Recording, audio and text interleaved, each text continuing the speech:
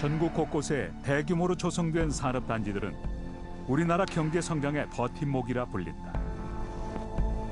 하지만 산업 발전에는 많은 책임이 뒤따른다. 특히 장시간 관리 감독이 필요한 산업 폐기물 매립장은 당장 해결이 필요한 심각한 문제 중 하나다. 각종 독성 물질을 함유한 산업 폐기물은 우리가 살고 있는 주변 환경을 오염시키고 식수원마저 위협하고 있기 때문이다. 해마다 이제 여름철 되면 저 하류부터 물고기가 이제 왔다가 떼죽음 당하고 이런 일들이 계속 반복되고 있죠. 고맙습니다. 아직도 되풀이되는 산업 폐기물 유출 사고. 이를 바라보는 산업단지 인근 주민들은 불안할 수밖에 없다. 여러 가지 물질 또 침출수 이런 것들이 굉장히 걱정이 돼서 잠 못 이루고 저희 삶이 완전히 피폐화되어 있거든요. 대체 산업 폐기물 문제가 계속 반복되는 원인은 무엇일까? 현재 가장 논란이 되고 있는 현장을 찾았다. 충청 남북도와 전라북도의 환경을 관리하는 금강유역환경청. 지난달 22일 이곳에 서산 지역 주민들과 환경단체 등 150여 명이 모였다. 영하 10도를 밑도는 혹한에도 사람들이 거리 집회에 나선 이유는 무엇일까? 서산에 산업 폐기물 매립장이 들어오면 어떤 문제가 생길 것 같습니까? 먼저는 독극물입니다. 독극물을 저희 앞마당에 붙이는 거고요. 이에 독극물이 지하 40m를 파서 공사를 합니다. 서산에 건설 중인 폐기물 처리장을 두고 항의 집회를 온 것이다. 공사를 중단하라! 12년 전 맨 처음에 매립장을 만들 때 신청할 때는 용량이 32만 큐빅이었어요. 그런데 그거를 자그만치 4배나 늘려서 지금은 132만 큐빅이라는 어마어마한 산업 폐기물 매립장을 만들고 있거든요. 2013년에 준공된 서산 오토밸리는 총 조성 면적이 약 4평방킬로미터에 이르는 대규모 산업단지다. 관련 법규에 의하면 산업단지 면적이 50만 평방미터 이상이고 폐기물 발생량이 연간 2만 톤 이상일 경우 단지 내 폐기물 처리장을 의무적으로 건설해야 한다. 현재는 자동차 관련 기업으로 산업단지의 약 70%가량이 채워져 있다. 지난 2014년 시행사의 발표에 따르면 당시 57% 정도 입주한 기업들의 하루 폐기물량은 약 26톤. 그런데 미입주한 43% 기업들이 모두 입주했을 때 오토밸리의 총 폐기물 추정량은 무려 약 1639톤으로 산정됐다. 폐기물량이 많은 만큼 처리장의 규모 역시 증축될 수밖에 없었다. 당초 지상 4m, 지하 4m 규모였던 폐기물 처리장은 현재 지상 5m, 지하 40m 규모로 약 4배 이상 거대해진 상태다. 결국 불안한 서산 주민들은 혹한의 거리로 나왔다. 산업단지의 폐기물 건립장은 필요하지만 필요 이상으로 거대해지는 것은 우려스럽다는 것이다.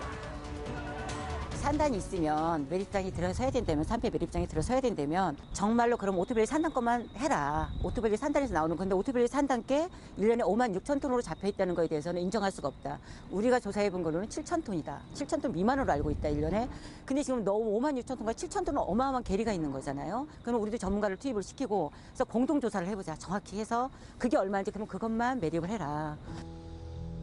당초 충남도청에서 시행사에 발급한 문서를 보면 산업단지 내의 폐기물만 매립할 것을 조건으로 허가하고 있다. 그런데 금강유역환경청이 시행사에 통보한 사업계획서를 보면 산업단지 및 인근 지역으로 문구가 변경돼 있다. 문제는 산업단지 내 폐기물이 아니라 아주 교묘하게 인근 폐기물이라고 신청을 해서 그 업자가 그래서 전국 폐기물, 전국에 있는 산업 폐기물과 지정 폐기물을 모두 다 가져오려고 하는 게 지금 문제거든요. 산업 폐기장의 영업 구역은 왜 확장 변경된 것일까? 서산 주민들과 환경단체는 금강유역 환경청에 정식 면담을 신청하고 폐기물 처리장의 영업구역 확장을 허가한 이유를 물었다. 이제 구역 문제는 아직 폐기물법에는 구역을 이렇게 제한하도록은 하지 않고 있거든요. 도하고시에서 뭐 잘못됐다고 공문 보냈다고 했는데 누구한테 드렸는지 모르지만 저희한테 온 거는 가라고만 왔어요. 우리 의견이 있냐 해서 없다는 뜻을 동의한다는 뜻을 가라고 왔기 때문에. 환경청은 매립장 건립과 관련해 수십 가지의 법률 검토서를 지자체에 요청한다. 그때 충남도청에서 문제가 없다는 가 표시를 했다는 것이다. 그러면 충남도에서 가라고 했기 때문에 우리는 가했다. 그러면은 이거 충남도 정확하게 말씀해 주세요. 충남도가 가해를 했으니까 충남도 잘못이네요. 요구에 대해서 검토를 했는데 검토에서 특별한 이의사항이 없기 때문에 우리는 사업계획 적합 통보를 내준 거예요. 금강청에는 잘못이 없다라는 거잖아요. 그렇습니다. 저희가 허가를 해준 거는 산단 내로 해가지고 하라고 그렇게 돼 있는데 바로 옆에가 인더스밸리가 있고 그 바로 밑에 서산 테크노밸리가 있어요. 인더스밸리나 테크노밸리는 면적이 작았거든요. 그래서 매립장이 없어요. 그러면 바로 옆에 있는 산업단지에서 발생하는 거는 그러면 갈 데가 없잖아요. 그렇게 되면은 하고 싶은 게 아니라 법적으로는 그 영업구역을 제한할 수 없도록 그렇게 법에 돼 있어요. 폐기물 관리법에. 폐기물 처리장이 의무화된 이유는 대규모 산업단지에서 필연적으로 발생하는 유해한 폐기물을 멀리 운송하지 않고 가까운 곳에서 처리하기 위해서다. 그런데 사업자가 수익을 많이 내기 위해 타 지역의 폐기물까지 처리하려는 것이다. 폐촉법상에서 해당 폐기물 처리 시설을 설치를 하게 되면은 그 처리 시설은 그 해당 산업단지에서 발생하는 폐기물만 처리할 수 있다, 처리해야 된다 이런 조항이 없어요. 단지 폐촉법에서는 처리 시설을 설치해야 된다라고만 규정을 해놓고 있고요. 매립장과 관련된 처리업 허가를 받게 되면 그 영업구역은 전국을 대상으로 다 할 수가 있는 거죠.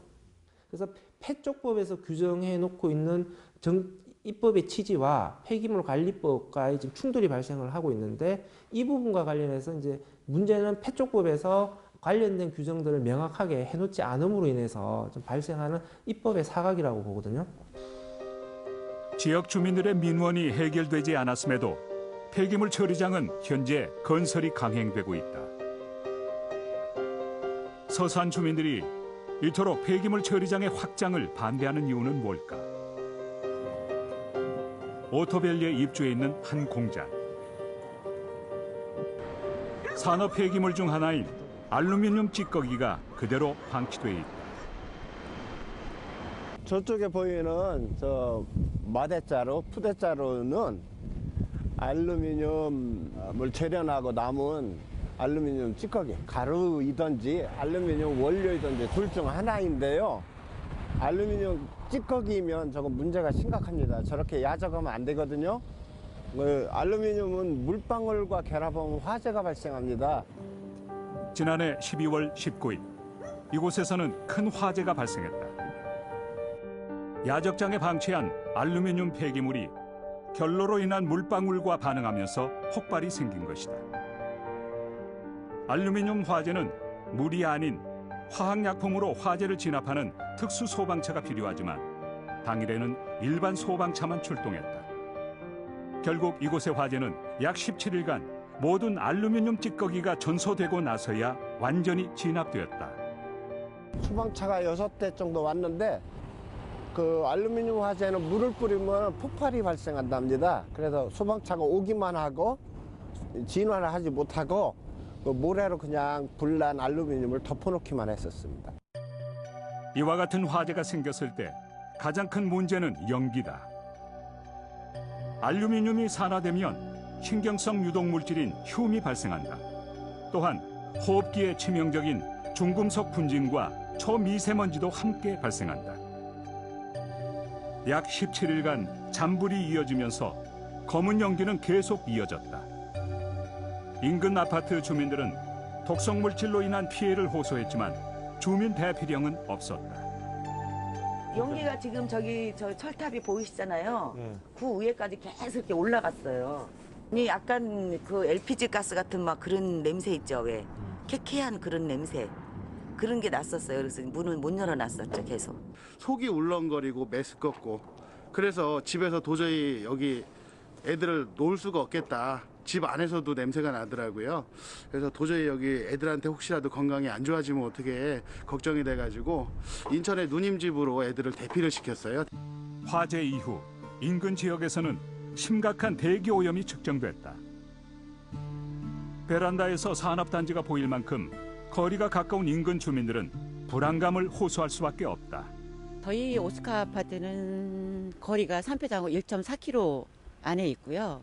근데 1980세대가 살고 있고 총 인구가 5,300명 정도로 지금 그렇게 저희가 알고 있고요. 그다음에 이 인근 3km 안에는 6월달까지 올 6월달까지 입주를 하면 8,000세대가 더 들어와서 총 10,000세대 가량이 이 인근 3km 안에 있는 거죠. 산패장 인근 3km 안에. 산업단지에서 일하는 근로자가 늘어나면서 대규모 주거단지가 조성됐다. 만약 폐기물 사고가 일어난다면 가까운 주택단지로 피해가 확산될 수밖에 없는 것이다. 산단 내에 있는 이 어린이집은 화재 당시 초미세먼지 수치가 평균의 4배 이상 검출됐다. 산업단지를 둘러싸고 3개의 학교와 어린이집이 위치한 상황에서 폐기물 관련 사고는 아슬아슬한 시한폭탄일 수밖에 없다. 그러니까 이제 주변 지역에 몇 킬로 이내에 주민들이 있을 경우에 그 입지를 못한다 이런 규정은 없어요. 그 단지 환경영향 평가를 하도록 되어 있는 거죠. 근데 환경영향 평가 법상에서도 그냥 주민 의견을 청취하라 그리고 허가 그 환경영향 평가 관련해서 그 신문에 공고만 내면은 주민 의견 수렴 절차와 관련 형식적 절차는 다 거친 거로 되어 있거든요. 근데 실질적인 주민 청취 절차와 관련된 부분에 대해서는 그 규정이 없어요.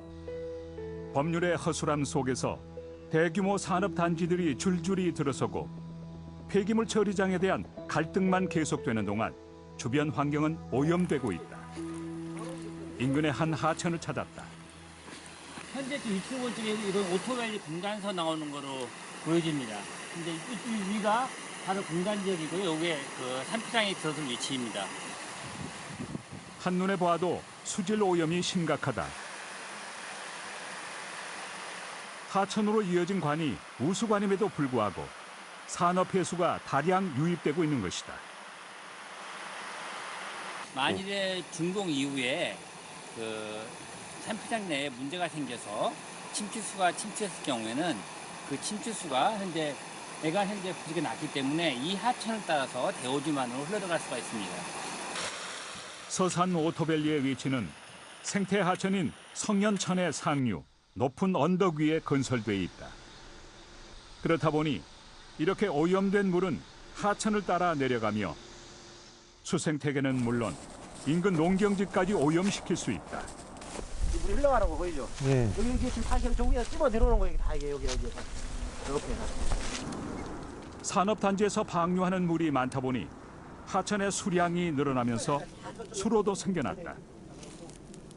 뭐 나무를 심어갖고 이제 곡식 같은 거 했는데 물이 너무 물 나니까 확실히 젖어 있으니까 곡식이 안 돼요. 되질 않아요. 나무를 심어봤는데 나무도 죽더라고요. 나무가 오래 견디지 못하고. 인근 농경지에는 물이 차면서 수확량도 줄어든 상태.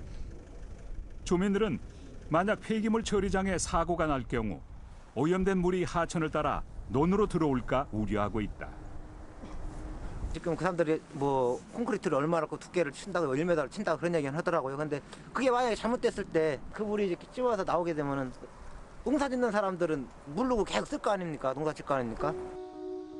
지자체에서는 안전하고 믿을 수 있는 폐기물 처리장을 만들겠다고 거듭 약속하고 있지만 건강과 직결된 문제인 만큼 주민들은 불안이 가득하다. 그 매립장 그 인근 주민들이 그걸 다 피해를 다 고스란히 받고 보상 문제 이런 게 문제가 아니라요. 먼저는 생명권이잖아요. 건강권의 침해를 받고 그 시에서도 만일에 이런 문제가 터지고 나면 우리는 행정적인 책임밖에 없다. 그거를 우리가 어떻게 해결할 수 있는 방법은 없다라고 시에서는 그렇게 넘기고 그렇다면 이거는 분명히 나라에서도 법을 개정해서 나라에서 책임지는 그런 제도로 넘어가야 되지 않나. 서산을 비롯해 전국에서 폐기물 처리장이 건설될 때마다 우리는 어김없이 지자체와 주민들의 갈등을 발견하곤 한다. 이토록 주민들이 산업 폐기물 매립장의 관리 감독을 잘하겠다는 지자체의 말을 믿지 못하는 이유가 있다. 심각한 산업 폐기물 사고가 우리 주변에서 빈번히 발생하고 있기 때문이다. 소백산 등 명산을 병풍처럼 두르고 청풍호의 수려함을 간직한 충청북도 제천시. 한 폭의 수묵화와 같은 이곳을 옛 선조들은 청풍명월이라 불렀다. 그런데 지난 2012년 제천의 깨끗한 환경을 위험에 빠뜨린 사고가 발생했다. 문제 장소는 왕암동에 있는 한 산업 폐기물 처리장. 자, 여기는 산업 폐기물 매입장이고요. 에어돔은 2012년부터 12년 겨울부터 이제 붕괴가 되었고요. 당시 이제 폭설로 무게를 버티지 못해서 붕괴가 됐고 그때부터 지금까지 복구나 어떤 뭐 조치 없이 그냥 그대로 방치가 있는 상태죠. 산업 폐기물을 매립할 경우 폐기물이 산화하면서 발생하는 유독가스가 새어나가지 않도록 에어돔 시설을 설치해야 한다. 하지만 에어돔이 붕괴된 현재 오염된 가스를 포집하던 포집관이 일부 남아있긴 하지만 언제 폭발할지 모르는 위험을 안고 있다. 자, 이 매립장은 2006년부터 이제 사업이 개시가 되었고요. 개시가 되자마자 그해 여름에 그 비로 인해서 이 에어돔이 한번 붕괴된 적이 있습니다. 그리고 나서 다시 이제 에어돔을 씌우고 다시 보수해서 재가동했는데요. 2012년도에 다시 에어돔이 붕괴되었고요. 그 중에 그 침출수가 외부로 나갔다는 의혹들을 계속 저희가 제기를 했죠. 폐기물에서 흘러나온 침출수는 독성 물질을 가지고 있어 각별한 처리가 필요하다. 당시 폐기물 매립장의 규모로 양을 산정한다면 에어돔 내부에는 약 12만 톤의 침출수가 있을 것으로 추정된다. 유해한 물질을 관리하는 만큼 폐기물 매립장을 운영하는 사업주에게는 환경을 향한 최소한의 도덕성이 필요하다. 하지만 실상은 책임을 회피하는 일이 비일비재. 현재 사업주 역시 폐기물 관리법 위반으로 인한 집행유예와 벌금형을 받아 사후 처리에 사실상 손을 뗀 상태다. 지금 최소한의 조치도 못하고 있는 상태입니다. 그 여름 우기가 되면 제천시가 여기 위에 그러니까 에어돔 상단에 빗물이 들어갔을 때 뭐 빼주기는 하지만 사실 그 비용도 한 1년에 한 1억이 좀 더 들어가는데요. 그걸 누구에게 청구할지도 모르겠고. 현재 제천시는 에어돔에 고인 빗물로 인한 2차 피해를 막기 위해 매년 지자체 예산으로 양수기로 물을 빼주는 작업을 하고 있다. 결국 우리의 세금이 쓰이는 셈이다. 개인 사업장이었던 만큼 사업주가 끝까지 책임을 져야 하는 것은 아닐까. 이제 사업자 책임인데 사업자 어차피 이거 해결하려면 돈이 필요하잖아요. 그런데 이제 그 회사가 이제 거의 부도나가지고 돈이 없기 때문에 그러면 결국은 이제 뭐 지방자치단체에서 이 매립장으로 해서 환경오염 방지를 위해서 대책을 수립을 해서 시행을 해야 되는데 그래서 지금까지 뭐 이제 개인 시설이다 보니까 예산 확보하기도 힘들었어요. 그래서 이제 사업이 조금 이제 지연이 된 걸로 저는 알고 있습니다. 폐기물을 매립하면서 그 매립지 사업자들이 그 수익은 다 걷어가고 문제가 발생했을 때는 이제 사업자가 부도를 내거나 뭐 비용을 부담시킬 재정 능력이 되지 않거나 뭐 이런 상황이 발생을 하게 되니까 결국은 공공의 부담으로 넘어오게 되는 것이죠. 사업을 시작할 때는 수익을 극대화하기 위해 대규모로 매립장을 지었다가 문제가 생기면 책임을 회피하는 악순환이 계속되고 있는 것이다. 그렇다 보니 해결 방법의 개선 없이 똑같은 폐기물 사고가 반복되고 있다. 해결책을 찾지 못하는 사이 매립장 인근 환경은 점차 심각해지고 있다. 이 물은 이제 이 공단 안에 빗물입니다. 빗물이나 지하수가 이제 이쪽으로 빠지는 건데요. 마땅한 오염원이 하나도 없습니다. 매립장 외에는. 그래서 저희가 그 여기를 보고 매립장의 그 침출수가 이쪽으로 흘러나오는 게 아니냐 이렇게 이제 의심하는 이제 그런 현장인데요. 불과 10년 전만 해도 이곳에는 맑고 깨끗한 도랑이 흘렀다. 하지만 폐기물 매립장 사고가 난 후 누렇게 떠다니는 찌꺼기와 악취 때문에 이곳을 찾는 사람은 거의 없는 상태다. 하천 바닥에는 그 흔한 모기 유충조차 살지 않는다. 물고기가 매년 떼죽음 당할 정도로 이 물들이 어떤 식으로 오염이 되었다는데 그럼 오염원들을 정확하게 해당 지자체나 환경청에서는 조사해서 밝힐 의무가 있는 거죠. 그리고 그 원인들을 규명해야 하는 거고요. 그런데 저희가 이걸 그동안 계속 이야기를 했습니다. 지적을 하고 또 환경청이나 지자체에다가 대책을 세워라라고 했는데 사실상 그때마다 원인을 찾을 수 없다. 원인 불명이다. 이런 식으로 덮고 넘어갔단 말입니다. 지난 2015년 원주지방환경청에서 수지를 조사한 결과 침출수의 유입으로 인한 오염이 확인됐다. 하지만 예산 부족을 이유로 아무런 해결 방안 없이 방치된 상태다. 5년이 넘는 시간 동안 물고기의 떼죽음 역시 반복되고 있다. 차수층이 뚫릴 수 있는 모든 가능성을 대비해서 2중, 3중의 이제 안전장치를 깔아야 되는데 그 사업장 시설의 경우에는 딱 법에서 정한 기준에 대해 차수층만 까는데 법률에서 정한 이 차수 장비만, 그러니까 차수 기준만 가지고 폐기물을 매립했을 때에 완벽하게 안전장치가 될 거냐. 그러니까 실제로는 그 여러 가지 그 실제 폐기물의 그 종류 성상이나 이런 걸 따라서 이제 하다 보면 이 차수층이 뚫릴 수 있는 가능성도 있다. 이 물줄기는 수도권 인구의 식수원인 남한강으로 흐른다. 작은 지천의 오염을 방치한 결과 어느새 우리의 식수원까지 위협받게 된 것이다. 현재 제천시가 국비를 투입해 복구하려고 하지만 필요한 만큼의 예산이 확보되지 않은 만큼 더 많은 시간이 필요할 것으로 예상된다. 매립되는 산업 폐기물은 소각할 수도 재활용할 수도 없는 매우 유해한 폐기물이다. 그만큼 폐기물이 유출되었을 때 환경에 미치는 영향도 심각하다. 따라서 폐기물 매립장 문제에 공공적인 해결책이 필요하다. 결국 이 문제를 해결해 주는 것은 국가가 책임지고 산업 폐기물은 국가가 처리해 주는 아니면 국가 통제를 잘 할 수 있는 그런 식으로 가야지 않나 싶고요. 그마저도 힘들면 뭐 광역도 단위로 산업 폐기물 매립장을 만든다든지 그래서 어떤 총량제를 한다든지 이런 식으로 해서 좀 합리적으로 이 산업 폐기물이 처리가 될 수 있도록 그다음에 지역 주민들의 삶들도 해치지 않는 선에서 좀 처리할 수 있도록 좀 해야 할 것 같습니다. 산업단지 인근 주민들은 폐기물 문제가 생존이라고 말한다. 독성 물질이 많은 산업 폐기물은 빨리 확산되고 복원도 쉽지 않아 심각한 환경 오염을 야기하기 때문이다.